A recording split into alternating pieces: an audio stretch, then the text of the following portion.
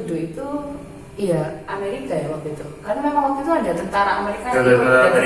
Maksudku takutnya adalah ada negara lain yang memanfaatkan kesempatan ini. Tapi kayaknya kemungkinannya kecil ya, soalnya negara yang udah maju. Kalau untuk urusan dia kan virus nih yang menciptakan, kasarnya bioweapon, yang bisa menciptakan itu kan logikanya adalah negara yang sangat maju banget, yang advance banget. Levelnya kan harus level-level ya kayak China, Rusia, Amerika, Jerman gitu ya. Jerman mungkin, korut nggak mungkin, rudalnya aja jatuh. Kim Jong Un nggak sesangat itu. Nah kalau menurutku sendiri, kalau misalkan kita nggak kayak tadi udah bahas tentang terlalu ngeri lah ya dari konspirasinya. Dari aku sendiri, aku tuh udah nge-mute words Corona, COVID-19, COVID gitu loh, kayak angka kematian dan lain-lain itu aku udah nge-mute itu, jadi aku nggak ngikutin berita sama sekali. Tapi masih aja ada yang ngupload dan kadang aku juga ngikutin sih. Cuma kalau menurut pendapatku pribadi ya, ini dari pemikiranku ya, mungkin kamu boleh setuju boleh nggak setuju, mungkin teman-teman yang lihat juga boleh setuju boleh nggak setuju. Kenapa Indonesia ini kayak lama banget ya penanganannya di negara kita ini, kok lama banget tuh? Mungkin karena salah satunya itu memang ketika virus itu merebak dan masih stay di negara lain, kita tuh kayak masih terlalu santai dan yakin untuk virus itu nggak masuk ke kita ya. Iya, ya karena kan dulu ketika rame-ramenya corona di Wuhan kan, bahkan level pemerintah kan bilang wah itu nggak ada corona, bahkan diplesetkan kan korps rondo apa gitulah. Banyak dipleset gitu. Terus dari pemerintah kan juga, dari Menteri Kesehatannya juga bilang kita nggak akan bisa kena karena di sini tropis. Kita karena rajin minum antangin kayak gitu. Oh iya. Ya maksudnya karena itu, jadi dari awal tuh emang udah ngentengin gitu loh. Dan gitu. Dari yang para petinggi itu juga santuy banget kan. Jadi kayak ketika akhirnya kita juga ketularan, akhirnya bingung sendiri gitu. Ketika untuk dihimbau aja susah gitu. Aku sempet kayak gini ya, melihat berita-berita itu, iya kamu boleh setuju boleh enggak sih ya gitu. Tapi setiap baca berita media manapun pasti kan angka kematian tinggi gitu kan. Dan banyak, jujur aja kayak banyak beberapa teman-temanku yang aku ngelihat mereka update status tuh sampai kayak ya kalimat mereka stres gitu baca berita, sama kayak aku, tapi aku nggak sampai stres gimana, cuman aku skip aja gitu. Mungkin mereka juga ngerasa takut banget kan, sampai nggak berani keluar dan lain-lain gitu. Dan ada yang menyalahkan media, kenapa sih yang di blow up itu angka kematian gitu, kok nggak angka yang survive gitu kan? Padahal kan banyak yang survive gitu. Dan katanya kan kematian kalau kena corona kan sebenarnya kalau punya penyakit bawaan. Iya, hampir 90% itu meninggalnya karena penyakit bawaannya, bukan coronanya. Nah, maksudku kita juga nggak bisa nyalain media. Kalau menurutku sih ya, kita nggak bisa nyalain media karena mungkin aja kenapa yang di blow up adalah angka kematian yang tertinggi. Kalau warga Indonesia nggak ditakut-takutin, mereka tuh akan semakin lebih santai ya nggak sih? Iya. Kalau menurutku gitu. Orang waktu virusnya masih di Cina aja mereka pede dan santai, makanya dia dari petinggi kita juga nganggap itu masih nggak mungkin kan gitu. Jadi gimana caranya supaya orang-orang itu lebih aware, lebih peka terhadap lingkungan dan mereka lebih jaga diri. Akhirnya dibuat kayak berita yang menakutkan itu, tapi mungkin dampak dari beberapa, karena sekarang teknologi semakin canggih dan orang-orang kita semakin kayak ya internet di mana-mana. Kalau generasi kita, kalau kita bisa nyari berita-berita bagus yang mungkin supaya mental kita ini sehat. Iya, kan saya bisa buat menghibur diri. Iya, tapi kan kalau untuk orang-orang zaman dulu, orang-orang yang hidup di pedesaan, yang mereka nggak mengenal dunia internet, mereka cuma melihat di TV atau baca koran, satu-satunya cara untuk ngasih tahunya adalah dengan cara yang memberitakan hal itu kalau ini tuh bahaya gitu loh, jangan sampai kita tuh terlalu santai. Tapi ya kita tahu media itu kayak gimana gitu kan, rasanya dalamnya media ya kita sama-sama tahu gitu. Cuma Aku nggak ngerti. Kalau misalkan dari sudut pandangmu sendiri gimana? Karena kalau menurut aku 50-50. Aku setuju dengan media untuk memblow up angka kematian itu, walaupun aku juga nggak ngikutin sejarah ya. Walaupun kita sendiri juga ngeri gitu. Nggak ngikutin banget gitu. Cuma aku setuju supaya rakyat Indonesia iya. Kalau aku sih setuju atau tidak setuju? Apaan ya? Iya sih. Ya, kalau aku pertama setuju, oke. Kita memang buat awareness, bagus. Soalnya percaya atau enggak, setelah di blow up sama media, sekarang hampir semua kita keluar kemanapun orang pakai masker. Orang bawa sanitizer, orang bla bla bla. Jadi kayak, wih bagus nih, dan Indonesia jadi bersih dan lain-lain. Yeah. Tapi yang nggak tak setuju adalah ini nggak berimbang. Blow up negatif sama blow up yang survivor itu kayak 100.000 banding 100 gitu. 100.000 berita negatif cuma satu yang positif. Akhirnya apa? Orang-orang itu akhirnya stres. 1-2 orang mungkin bodo amat persetan kayak kita, kalau kamu bisa nge-mute, bisa cuek, bisa nganggur-nganggur bikin dalgona biar gak stres. Iya, tapi ada orang yang bener-bener kayak yang fokus banget, yang fokus kok gini setiap hari stres imunnya turun karena orang yang bawa carry kena corona gitu dia. Jadi menurutku harus berimbang sih sebenarnya. Aku nggak nyalain media untuk nge-blow up, tapi harus berimbang, jadi positif sama negatifnya juga balance. Aku tahu mereka sengaja nyari yang negatif buat apa? Biar clickbait, biar kliknya kenceng, trafficnya bagus. Tapi itu juga berdampak negatif juga. Ada apapun ya, ada bencana alam, ada himbauan, ada anjuran dari pemerintah, kita di rumah nggak akan di rumah. Tapi ketika dibilangin kalau keluar mati kena virus pasti langsung di rumah. Di blow up lah angka kematian, pasti di rumah. Tanpa ada yang maksa, tanpa ada yang nyuruh, pasti di rumah. Dampak positifnya adalah bumi kita healing kan? Bumi healing. Pasti kerasa kok. Kelihatan kayak gini aja di daerah kita aja lah. Sebelum corona hujan itu nggak jelas. Ya. Hampir nggak tiap hari, panasnya nggak jelas. Tiba-tiba setelah corona orang nggak kemana-mana, hujan itu rutin setiap hari. Padahal di musim penghujan, biasanya kan musim penghujan kadang masih panas tuh. Benar. Itu sih. Tapi ya ozon katanya juga bagus. Yang kamu lihat di berita kapan hari itu? Di sungai itu.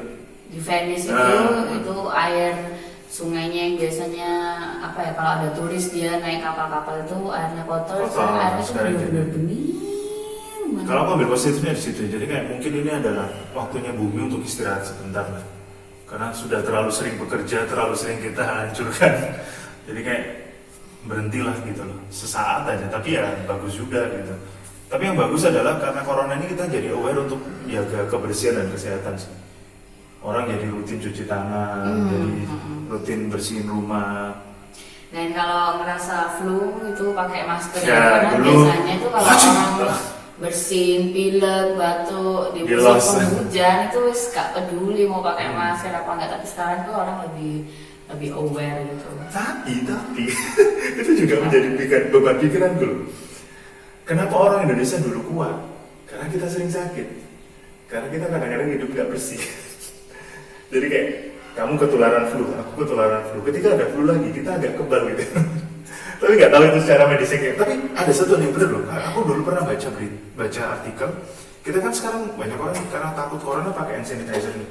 Mungkin pakai hand sanitizer. Dulu ada artikel yang mengatakan terlalu sering pakai hand sanitizer itu nggak bagus. Iya, aku pernah baca. Karena bisa membunuh kuman-kuman yang bagus di tangan. Bakteri baik ya. Ya, karena kita ditakut-takutin corona, kita pakai hand sanitizer, terus kita gampang sakit. Siapa lagi yang itu? Perusahaan farmasi. Lagi. Tapi nggak tahu lah, itu kan masih teori konspirasinya. Ini masih teori konspirasi ya. Di situ. Enggak, kita juga nggak tahu, kita manusia awam, kita yang cuma bisa pasrah, kita bisa apa, kita nggak tahu medis juga. Cuman pengen ngasih ini tuh supaya lebih aware gitu, dalam artian ya kalau misalkan masih bisa untuk stay di rumah ya di rumah aja. Sementara ini. Ke mall, maksudnya ke mall untuk nongkrong atau apa gitu, jangan dulu lah gitu. Tempat nongkrong tuh masih ada, sampai tahun depan tuh juga masih ada tempatnya gitu. Mall pun tuh masih ada gitu. Kenapa sih harus memaksakan diri gitu? Tempat liburan pun juga masih ada. Gitu. Tempat liburannya masih ada. Emang dalam dampak negatifnya adalah mungkin beberapa tempat itu pasti anjlok pemasukannya gitu kan. Sampai bangkrut. Ada yang bangkrut, ada yang ya udah bener-bener nggak terselamatkan gitu. Tapi ya setelah ini selesai kita bakal bangkit bareng-bareng lagi gitu. Kita bakal mulai lagi dari nol. kita berjuang bareng-bareng lagi, kita berdoa lagi, kita ikhtiar lagi, pasti ada jalan gitu. Kalaupun ini semua adalah konspirasi elit, kalau anggaplah konspirasi itu benar gitu. Iya kan? Ada pihak-pihak yang sebenarnya pengen mencari keuntungan dari sini. Kita doakan aja gitu, semoga hatinya dilembutkan, semoga aja makanan yang dimakan, rezeki yang dimakan itu halal dan berkah. Ya jadi kita doakan aja corona ini selesai, biar konspirasi mereka gagal gitu. Positifnya kan gitu ya, kita berdoa sama-sama biar corona selesai, biar rencana mereka berantakan. Enggak, aku pengen orang-orang yang mencari keuntungan dalam keadaan seperti ini tuh, ayo kita doain bareng-bareng gitu, supaya ketika dia makan tuh dia merasa nggak enak sama sekali. Itu kayak bener-bener, wah ini maksudnya nggak cuma orang-orang yang menjual barang-barang kesehatan lagi loh, yang ditimbun, dijual dengan harga mahal tuh nggak cuma mereka, tapi kan ada beberapa orang yang memang lihat mencari keuntungan.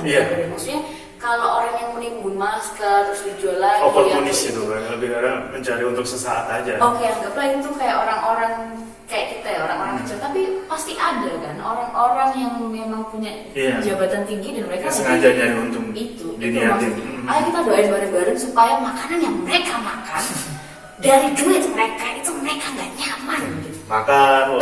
Makan bakso tersedak duri ikan, nggak mungkin, tapi ya doakan aja, siapa tahu bisa gitu. Terus gini, karena kita kan nggak bisa berharap banyak sama pemerintah kan. Ya you know lah, kita tahu fair-fairan pemerintah kita kan dagelan kan. Aku tembem. Jadi ayolah kita kompak untuk paling nggak ya udah ikutin dulu gitu, untuk bisa di rumah aja dulu. Kayak pemerintahan Korea bagus, mereka cepet mainnya. Jadi main rapid test cepet selesai masalah. Kalau Vietnam mainnya kemarin adalah mereka benar-benar mengisolasi diri. Jadi makin cepat. Jadi ayolah sabar-sabar dulu lah, kita selesaikan dulu, siapa tahu cepat selesai dan ya kita kembali ke kehidupan normal. Bosan bos. Iya, sebenarnya kalau misalkan gini ya teman-teman, ini jujur aja, ini aku dengan pemikiranku sendiri.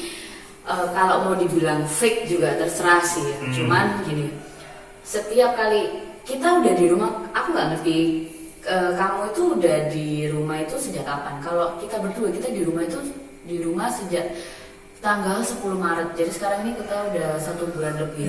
Iya. Dan kita keluar rumah itu cuma untuk belanja, terus sepedaan di depan. Olahraga lah di komplek. Terus habis itu pokoknya belanja kebutuhan utama. Terus kita sempet sih tanggal 20 itu kita datang ke kondangan gitu, ke nikahannya temanku, karena itu nggak semua diundang gitu. Dan aku diundang, jadi kayak wah gitu. Berarti kan aku kan orang yang sangat amat ya diharapkan untuk datang kan. Akhirnya aku datang, dan ketika kita datang pun kami berdua itu datang di jam lebih awal supaya nggak terlalu banyak orang. Iya itu, jadi misalkan acara jam 7, kita tuh jam 6:15 itu kita udah datang. Terus kita datang, salaman, makan, udah kita langsung pulang. Baju yang kita pakai kita langsung taruh di cucian. Dan setelah itu kita nggak kemana-mana. Maksudnya untuk kayak pergi nongkrong makan di tempat itu kita nggak. Take away kita nggak. Kita lebih sering kayak masak di rumah sama pesan makanan gitu. Kalau dibilang rasa bosan, kita semua itu pasti bosan gitu loh. Semua orang yang stay di rumah selama udah hampir 2-3 bulan ini itu pasti bosan. Cuman ini adalah sebuah, aku nggak, kalau kalian mau setuju silahkan, kalau enggak juga nggak apa-apa. Setiap kali aku ngerasa bosan, jujur aja aku selalu mikir kalau sebenarnya apa yang kita alamin ini tuh sebenarnya nggak ada apa-apanya dibandingkan sama rakyat-rakyat, orang-orang di belahan bumi bagian lain yang mereka juga sama kayak kita. Mereka diem di rumah aja supaya ngerasa aman, tapi dengan perasaan yang was-was karena daerah mereka tuh lagi perang, daerah perbatasan mereka tuh lagi perang. Jadi mereka diem di rumah itu kayak masih ketakutan, kayak bunyi meledak kapan ya, rudalnya bakal dikirim kapan ya, terus kayak pokoknya nggak bisa kemana-mana, terus dengan perasaan yang takut karena masih ada bagian negara yang masih perang gitu loh di luar sana. Sedangkan kita masih enak, kita di rumah aja, kita masih bisa makan, kita masih bisa shopping, kita masih bisa nge-Netflix, nonton film dari sini. Tapi di luar sana tuh enggak, kita di sini masih lebih nyaman gitu loh. dalam keadaan walaupun cuma di rumah aja kita masih bisa masak, kita masih bisa kita masih bisa ketawa loh. Sama keluarga kita tuh masih bisa ketawa. Tapi di luar sana itu ada orang yang nggak bisa ketawa sama sekali, ngerasa takut, ngerasa terancam nyawanya karena sewaktu-waktu mereka bisa dibom, depan rumahnya dibom, mereka kehilangan keluarga mereka kayak gitu. Jadi kalau kalian ngerasa udah mulai bosen di rumah, terus kalian udah mulai kayak nutup pemerintah, kalian udah kayak minta kepastian, iya kita juga sama, kita memang harus minta kepastian, tapi jangan gini, ngerasa bosen di rumah terus kalian melampiasin balas dendam kebosanan kalian keluar rumah, nongkrong, terus ke mall. Janganlah. Coba dipikir lagi, kalau masih punya hati nurani coba dipikir lagi, karena di luar sana itu masih ada orang-orang yang diem di rumah pun perasaan mereka tuh nggak senyaman kita. Mereka benar-benar lagi terancam bahaya. Ya buat kasarnya, buat kalian yang punya privilege ya, kalau bisa di rumah aja gitu loh. Kan ada yang nggak bisa punya privilege kan, yang harus kerja dan lain. Kalau yang harus kerja ya kerja aja, karena nggak ada pilihan lain, tapi harus stay safe. Kalau yang di rumah ya di rumah aja gitu. Kalau bisa loh ya, kalau yang udah work from home gitu-gitulah. Kan udah ada banyak yang bisa work from home, tapi kalaupun keluarnya itu karena terpaksa, karena kayak ya harus kerja, harus beli sembako atau apapun, jangan keluar hanya untuk nongkrong. Kalau kalian udah kesel sama pemerintahan, selesaikan dulu corona ini. Kita selesaikan dulu. Kalau kalian nanti mau demo nanti, kalau kalian mau gimana urusan nanti, maksud tuh kelarin dulu ini gitu loh. Iya, maksudnya keluar rumah itu bukan untuk kayak loh bukan kerja loh, nggak apa-apa gitu. Kalau misalkan memang harus kerja juga kerja. Di sini yang aku bahas, yang aku tekankan adalah untuk orang-orang yang keluar rumah tapi mereka keluar rumahnya itu untuk bersenang-senang sendiri. Masih ada soalnya yang astaga, di Instastoryku tuh masih ada, dan aku tuh kayak kalau mungkin beberapa teman yang mungkin kita saling follow gitu. Di awal-awal merebaknya corona ini aku bener-bener kayak kesel banget gitu kan, karena aku sering kayak update status kayak rajin cuci tangan, rajin ini, kalau bisa jangan keluar gitu.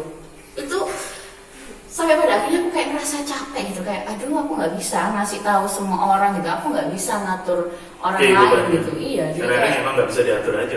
Jadi kayak ya wis lah gitu, kayak kesadaran diri sendiri aja gitu. Terus setelah aku nggak ngelihat story orang-orang yang sekiranya ini pasti mereka lagi having fun dan lain-lain, aku ngeliat lagi sekarang dalam keadaan genting kayak gitu, masih ada. Padahal kondisinya sekarang lagi parah-parahnya ya. Iya. Banyak kasus, bahkan di sekitar kita di kota yang nggak terlalu besar ini aja udah ada berapa kasus, 21 kasus. Dan captionnya apa adalah mall berasa milik sendiri. Waduh, ego Anda itu harus dikurangi. Egomu itu belanja terus. Pokoknya lo nyusah ngomong akeh. Itu. Kalau nyusahkan sendiri sih nggak apa-apa. Kalau kalian mau mati sendiri sih nggak apa-apa, mati sendiri aja gitu, nggak usah ngajak-ngajak gitu. Maksudnya gini, kita mungkin nggak tertular, iya, tapi kita bisa menularkan. Itu yang pasti itu.